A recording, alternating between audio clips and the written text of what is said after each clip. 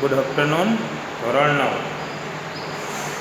આપણે ફરી પાછા આપણા લેક્ચરમાં જ આગળ વધવાનો છે, પણ આજે આપણી પાસે વિષય નવો છે. હવે જો મિત્રો ઘણું બધું હાલી ગયું છે, એટલે હવે આપણે નવા વિષયમાં આગળ વધી તો આપણે હિન્દીમાં આગળ વધવાનું થશે.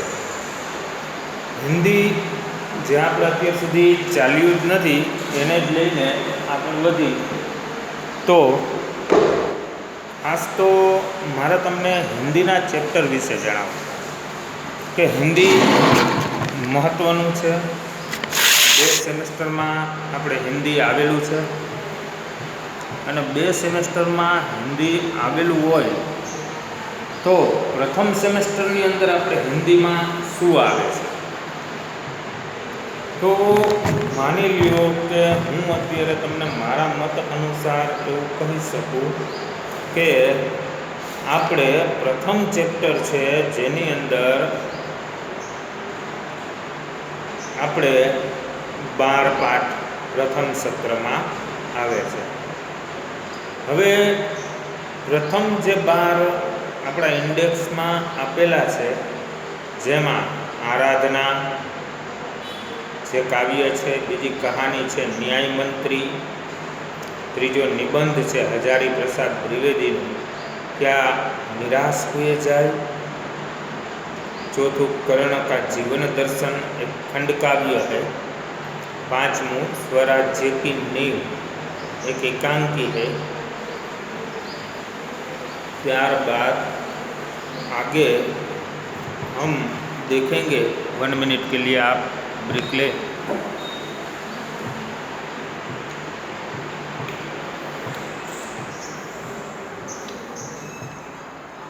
तो पहला ही काव्य जानेंगे जो वसंत बापट ने लिखा है, आराधना. आराधना काव्य के अंदर किसकी बात की है वो हम जानने वाले हैं. सबसे पहले हम प्रथम काव्य आराधना के वसंत बापट का परिचय लेंगे, जो हमारे कवि है. वसंत बापट का जन्म 1922 और निधन ईस्वी सन 2002 में हुआ था. श्री वसंत बापट एक ख्यातनाम कवि है, जो काफ़ी जाने माने कवि है. उनका जन्म महाराष्ट्र के सतारा जिले के कराड नामक गांव में हुआ था. पूर्ण आपकी कर्मभूमि है. राष्ट्र सेवा दल में आप अग्रणी रहे हैं. व्यवसाय से आप प्राध्यापक रहे हैं. आपके काव्यों में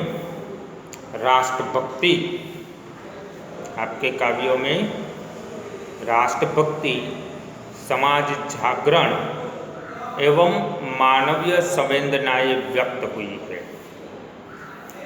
संतु, बिजली, सकीना, अफरावी यानी कि 11वीं दिशा, अफरावी दिशा यानी कि 11वीं दिशा, तेजसी वगैरह आपकी रचनाएं है. तो मित्रों पहला ज पेरेग्राफમાં હું તમને કવિના પરિચયનું ટ્રાન્સલેટ કરીને આપું તો શ્રી વસંત બાપટ એક ખ્યાતનામ કવિ હતા. એમનો જન્મ મહારાષ્ટ્રના સતારા જિલ્લાના કરાડ ગામમાં થયો હતો અને પૂણા એટલે કે પૂના એની કર્મભૂમિ હતી. આમ તો એને જોવા જાય તો એને રાષ્ટ્રીય સેવા દળના એ અગ્રણી હતા અને વ્યવસાયે પોતે પ્રાધ્યાપક એટલે કે એક પ્રોફેસર હતા. હવે એના કાવ્યની અંદર રાષ્ટ્રભક્તિ, સમાજ જાગરણ, માનવીય સંવેદના વગેરેના કાવ્યમાં વ્યક્ત થયેલું છે. એની રચેલી અમુક હિન્દીની જે મુખ્ય કાવ્ય રચનાઓ કહી તો સેતુ, बिजली, सकीना, 11મી દિશા, તેજસી, આ બધી એમની રચનાઓ છે. આરાધના એક પ્રાર્થના છે. આનો સાહિત્ય પ્રકાર એક પ્રાર્થના છે. प्रस्तुत प्रार्थना में सत्यम शिवम सुंदरम की भावना के साथ दिन दुखियों की रक्षा करना, मानवता की उपासना करना, भेदभावों को दूर करना, बैर भाव से मुक्त होकर विश्व बंधुत्व की स्थापना करना जैसे वैश्विक मूल्यों को हस्तांतरण करने की प्रेरणा देने वाली यह प्रार्थना मराठी से अनुदित है. यानी कि आराधना एक प्रार्थना है और हमारी ये प्रार्थना है वो मराठी भाषा में से अनुवादित की गई है. इस प्रार्थना में सत्यम शिवम सुंदरम की भावना बताई गई है. इस प्रार्थना में दिन दुखियों की रक्षा करना, मानवता की उपासना करना, भेदभावों को दूर करना, बैर भाव से मुक्त होकर विश्व बंधुत्व की स्थापना करना जैसे वैश्विक मूल्यों को हस्तांतरण करने की प्रेरणा देने वाली यह प्रार्थना है. बहुत अच्छी बात कही है कवि ने इस प्रार्थना में. એટલે કે પ્રસ્તુત આ પ્રાર્થનામાં સત્યમ શિવમ સુંદરમની ભાવના છે. આ આરાધના કાવ્યમાં દિન દુખિયાની રક્ષા કરવી, માનવતાની ઉપાસના કરવી, ભેદભાવોને દૂર કરવા, કોઈ સાથે ખરાબ વર્તન કરવું નહીં અને વિશ્વ બંધુત્વ જળવાઈ રહે અને વિશ્વ એક કુટુંબ છે એવી ભાવનાની સ્થાપના કરવી. આવા વૈશ્વિક મૂલ્યોની પ્રેરણા આપતી આ એક સુંદર પ્રાર્થના છે જે મરાઠીમાંથી હિન્દીમાં અનુવાદિત કરવામાં આવી છે.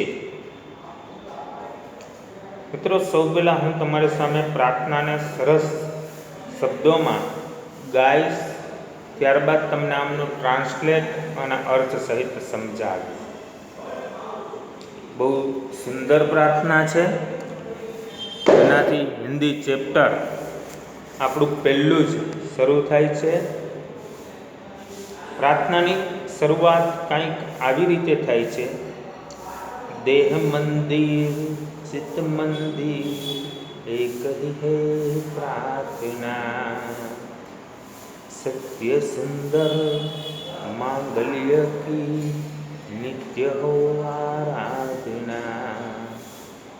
देह मंदिर चित्त मंदिर एक ही है प्रार्थना, सत्य शिवम सुंदरम मांगल्य की नित्य हो आराधना.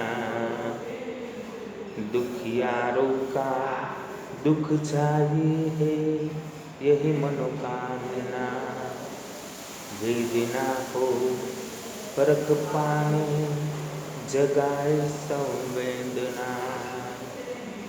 दुर्बलों के रक्षणार्थ पौरुषों की साधना, जीवन में नव तेज हो अंतरंग में भावना. सुंदरता की आस हो मानवता की हो उपासना. शौर्य पावे धैर्य पावे यही है अभ्यर्थना. भेद सभी अस्त होवे वेरी ओरी वासना.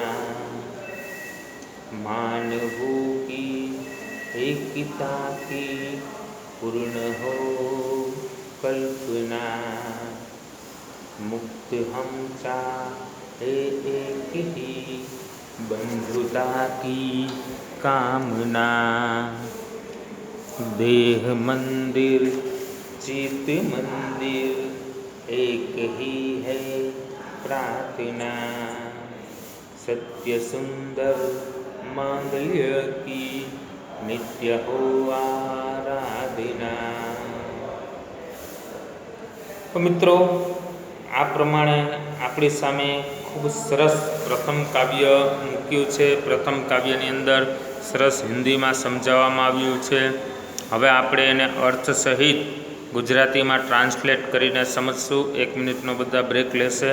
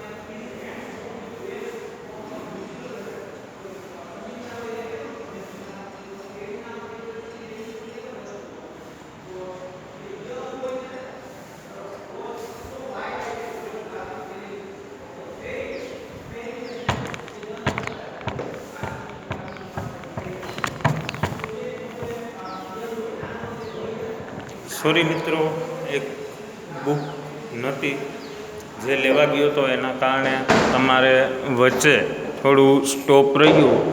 પણ હવે તમને આવો પ્રશ્ન ન આવે એના માટે આપણે આ જ કાવ્યને ફરી જોશું. દેહ મંદિર શરૂ કરીએ છીએ આપણે આપણું કાવ્ય. ચિત્ત મંદિર એક હી હો प्रार्थना, सत्य सुंदर मांगल्य की नित्य हो आराधना. પહેલી પંક્તિમાં કવિ કહેવા માગે છે કે મારી આ જ પ્રાર્થના છે કે શરીર અને મનથી સત્ય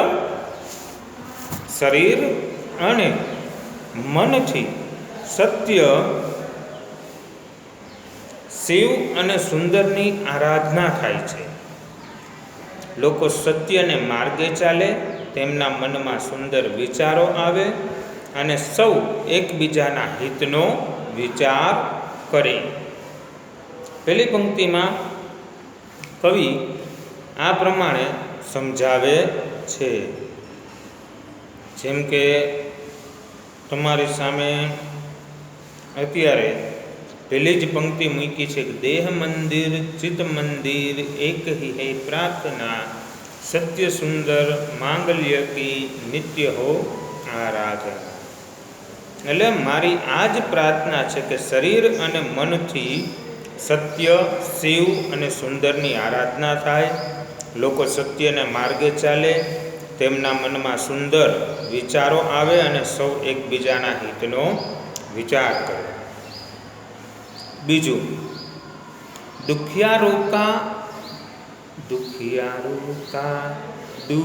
જાય હે યહી મનો કામના, વેદના કો પરખ પાની જગાएंगे संवेदना, दुर्बलों के रक्षणार्थ पौरुषों की साधना. બીજી પંક્તિ જેની અંદર શું કહેવા માંગે છે તો કે કવિ બીજેમાં પ્રાર્થના કરે છે કે દુઃખી લોકોને દુઃખમાંથી છુટકારો મળે, દુખિયારો કા દુઃખ જાય, દુઃખી લોકોને દુઃખમાંથી છુટકારો મળે, અને લોકો એકબીજાની પીડાનો અનુભવ કરે. એટલે વેદ નાખો પરખ પાડે જગાએ એક સંવેદના. એટલે કે લોકો એકબીજાની પીડાનો અનુભવ કરે. દુર્બલો કે રક્ષણાર્થ પૌરુષો કી સાધના. એટલે કે દુર્બળોનું રક્ષણ માટે જ શક્તિ અને સાહસનો ઉપયોગ થાય.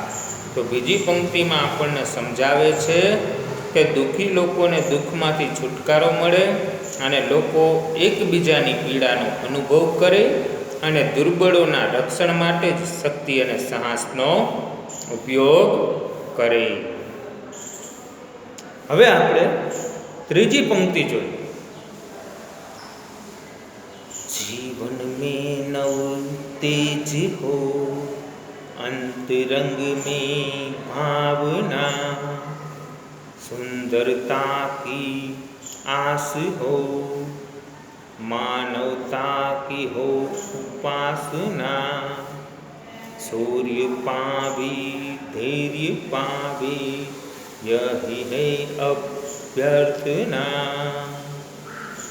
એટલે કે સૌના જીવનમાં નવો પ્રકાશ ફેલાય, એટલે કે નવી ચેતના ફેલાય. સૌના હૃદયમાં સુંદર ભાવનાઓ હોય, સૌના મનમાં સુંદર આશાઓ હોય અને સૌ માનવતાની પૂજા કરે અને બધા લોકો શૌર્ય અને ધૈર્ય પ્રાપ્ત કરે એ જ પ્રાર્થના છે.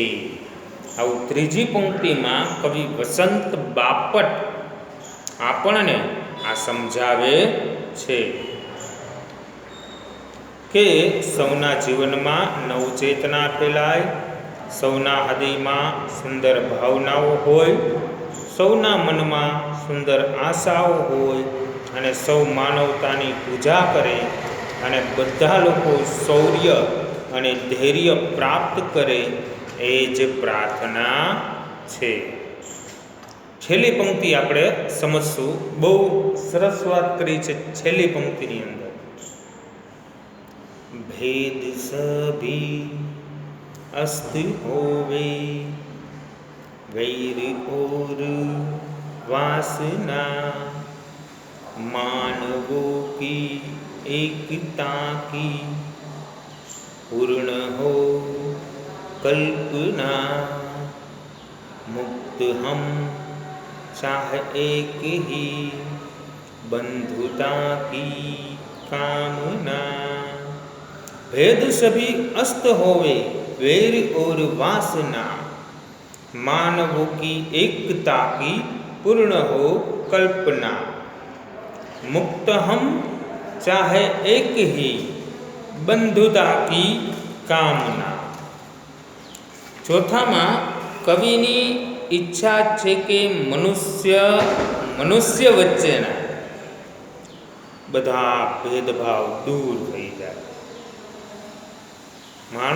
માણસ વચ્ચે અત્યારે જે બધા ભેદભાવો હાલતા, ઘણા બધા બે ભાઈઓને ભળતું હોય, બે મિત્રો હોય, સમય આવે અલગ થઈ ગયા હોય, એમને ન બનતું હોય, એ બધાના ભેદભાવો દૂર થઈ જાય અને એ બધાની